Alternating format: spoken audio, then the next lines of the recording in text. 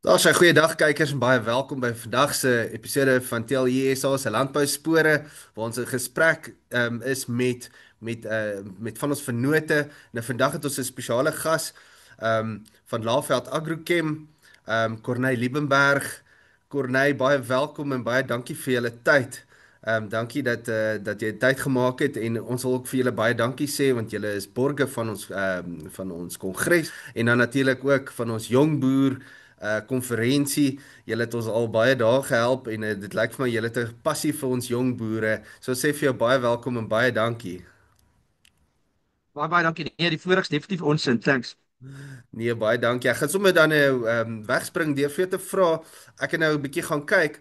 Ek sien julle het 'n baie suksesvolle familiebesigheid jy en jou pa begin en wat dan nou nog steeds baie sterk loop. Maar vertel vir ons 'n bietjie net vinnig wie is Laveld Agrochem?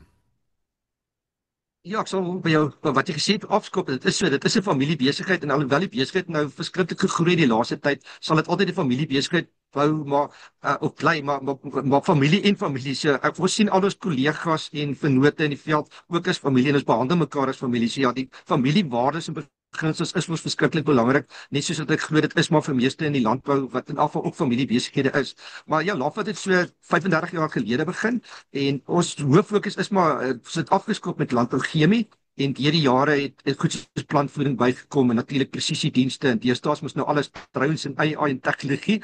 So basies maar alles wat op plaas gebeur om groter en winsgewender oeste of veiliger oeste te verseker is deel van wat ons doen en ons geniet dit verskriklik baie natuurlik.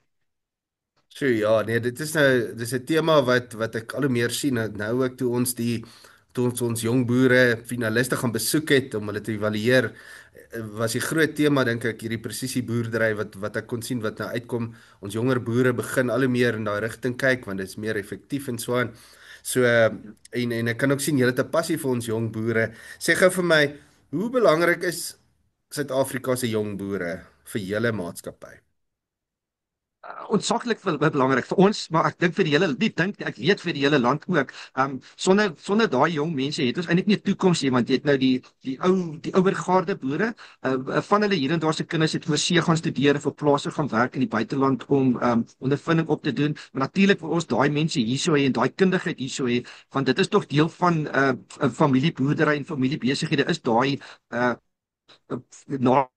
afgeslag wat na jou kom, dat hulle te ander aanslag baie meer committed, baie meer of ons sê, hulle sal baie sekerder maak dinge werk, maar daar's soveel mense en families wat afhanklik is van hulle sukses. Maar nee, ek dink op daai kundigheid en kennis wat deur baie dekades opgebou is deur ons huidige geslag boere om dit oor te dra aan hulle seuns en kinders wat kom, is vir ons belangrik. So vir kontinuïteit en dit is tog maar die lewensaard van Suid-Afrika. Ons is 'n landbouland. Wil ons verseker jong mense in ons land hê nie. Hulle moenie ander mense gaan slim maak en ryk maak in ander lande nie. Ons wil hulle hier by ons in Suid-Afrika hê.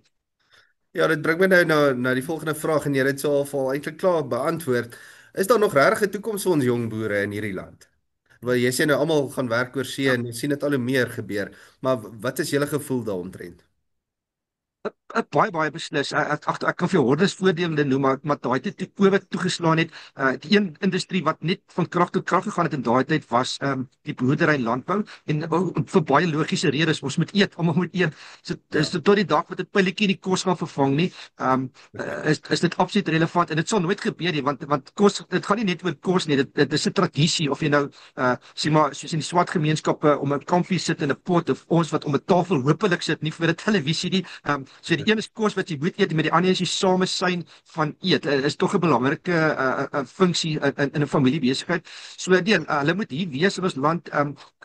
Ons het ons uitdagings natuurlik, maar soos enige ander land, baie mense skuif nou na ander lande toe en as hulle net te trots om te sê dat die gras is toe die groen aan die ander kant hier, dan is hulle dalk te skaam om terug te kom of hulle kan nie bekostig om terug te kom nie want hulle moes hulle goed hier verkoop en daar te gaan hervestig. So nee, hier is 'n massiewe toekoms vir landbou in Suid-Afrika en vir die jong mense. En ons weet mos nou Amerika kyk bietjie anders na ons, maar as jy dink van koertyd af toe ons hier oor die berge gekom het, elke uitdaging het tog altyd in 'n suksesvolle uitkoms gerealiseer. So dit gaan tough towns en ons issues met of dit nou plaasveiligheid is en die boykotte oor die wêreld, maar ons kom nog elke keer sterker aan die ander kant uit. So 'n boer maak 'n plan, ons manne is innoverend en is slim en dit maak ons sterker. As dinge te gerieflik gemaklik is, raak jy rus jy 'n bietjie op jou lauwere, maar die oomlikse uitdagings is pas ons aan, ons doen die dinge slimmer en beter. Ons gewasse, as jy vat so sitrus, ons is die tweede grootste uitvoerder in die wêreld na Spanje. So duidelik is ons produkte gewasse en aanvraag, want die mense weet ons lewer 'n goeie produk, 'n skoon produk. So ja, lang groot, ek gaan nou net te veel uitbrei, maar lang groot en 'n blink toekoms definitief vir landbou in Suid-Afrika. Ag, dit is verblydend om dit te hoor, dit uit julle wat ons boere moet help. So mond kom dat dat julle positief is. Sê vir my in daai opsig, wat doen julle dan nou om hierdie boere te ondersteun? As 'n besigheid, hoe help ons hulle? Wat sal jy wat is julle inset wat julle gee? Yes, daar's 'n markting goed. Ek dink amper voor dit nog gestap een is dit moet goed gaan. Die plase en boerdery moet winsgewend wees, want dit gee vir jou bestaansreg. En weer is dis kom in my opinie boerdery so suksesvol as jy het nie 'n plan B nie.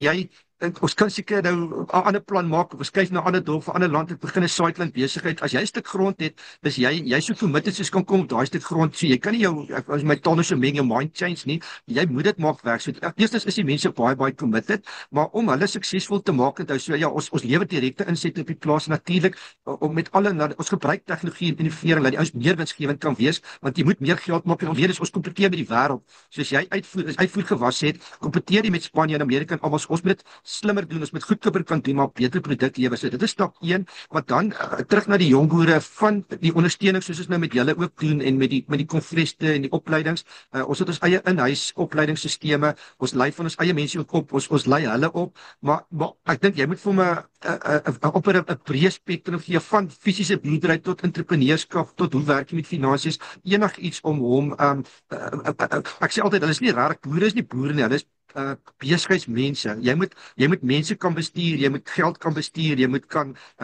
politiek verstaan, jy moet so baie goed van weet, ten minste algemene kennis van hê. So ons is maar op al daai terreine betrokke weer eens om 'n volledige boer daar te gaan vestig wat in my kop dan 'n volledige besigheidsman is. Ja, ek dink jy het nou dit mooi opgesom rondom in jou oogpunt, wat is die ideale boer of hoe lyk 'n suksesvolle jong boer? Is daar nog iets wat jy rondom dit kan noem? Wat is jou ideale prentjie van 'n suksesvolle jong boer? Yes, snaaks genoeg nog voor jy by fisiese kwaliteite en kennis kom, ek dink jou persoonlikheid, jou menseverhouding. So eers jy moet definitief as jy boer is goed met mense oor die weg kan kom. Want as jy jou personeel en jou mense op die plaas reg bestuur, buiten dat jy konflik gaan voorkom, daar is met jou rug gee, hulle moet jou kan ondersteun, hulle het 'n invloed op jou veiligheid en dan ook as ou op 'n plaas net doen wat van hom verwag word, is dit average. As hy inkoop op jou drome en idees en hy respek en trots vir wat hy doen, respek vir jou, gaan hy definitief hy extra mile stap en dit is op plaas opset is dit nodig, want dit is maklik om lei weg te steek. 'n Plaas is 'n groot opset. Dis nie soos jy sit in 'n kantoor en nou almal dop nie, maar dan 'n breë kennis. Jy gaan regtig as jy net weet van boerdery, gaan jy dit nie maak nie. Jy moet weet wat gebeur in die wêreldmarkte. Jy moet 'n gevoel hê van watter kant toe gaan wisselkoerse, want al sê jy voer nie uit nie, baie van die groot boere natuurlik voer uit, maar al sê nee, jy lewer die plaaslike mark, nog steeds gaan die wisselkoers jou beïnvloed, want die chemikalieë en die kunsmisse, alles word direk geraak deur wêreldtendense en die oorlog in Oekraïne goed, want dit beïnvloed die wisselkoers en dit beïnvloed jou insetkostes. So dan moet jy tegnologie definitief goed kan gebruik, jy moet stelsels kan gebruik, want jy kan 'n winsgewende, 'n goeie suksesvolle boer wees, maar as jou boekhoudstelsels en administrasie die mekaar is, gaan SARS jou kom aan die deur kom klop, jy gaan daar gaan geld deur die krake val, jy gaan dalk besteel word. So ek gaan nie te veel detail ingaan, maar jy moet 'n volledige boer wees met 'n ongelooflike wye kennis, soos ek sê, van mense, tegnologie, sisteme, stelsels, natuurlik die natuur, die weerpatrone, die goed wat ons doen, kunsmis, chemie, en dit is heeltyd besig om te verbeter. Tegnologie beteken daar kom beter produkte in, groener produkte. En een van die goed wat ons altyd baie teen beklei, en ek dink dit sal relevant wees vir die jong boere, is daai van wanneer is jy regtig suksesvol? So jy kan by 'n plaas kom en 'n boer sê vir jy, "Eers, ek kry 5 ton 'n hektaar." So dit gaan met my goed wat my oupa het net 4 ton gekry en dan sê ek van hoorie maar jou buurman kry al 10 ton. So dan jy dink jy's goed, maar jy is dalk nie goed nie want jy het uitvoering geraak van wat is deesdae moontlik. So ek dink daar om 'n breë kennis te hê van wat gebeur om jou en wat is regtig moontlik wat tegnologie deesdae vir ons bring wat ons nie in die ou dae gehad het nie. Dit is 'n game changer waar ons is nou in daai era waar AI regtig vir ons nuwe deure gaan oopmaak en almal meer winsgewend gaan maak. Ek dink op as jy nie daar gaan inkoop daar nie, gaan jy verseker agterraak. Ja, ek dink dit is beslis so. Ons sien dit al hoe meer en en ek sien dit is dis die tema deesdae is wees werk slimmer. Gebruik die tegnologie wat tot ons beskikking is en dan nou tot jou voordeel kan wees. Is daar is daar enige ander raad wat jy vir 'n jong boer kan gee om hom te laat onderskei van die res?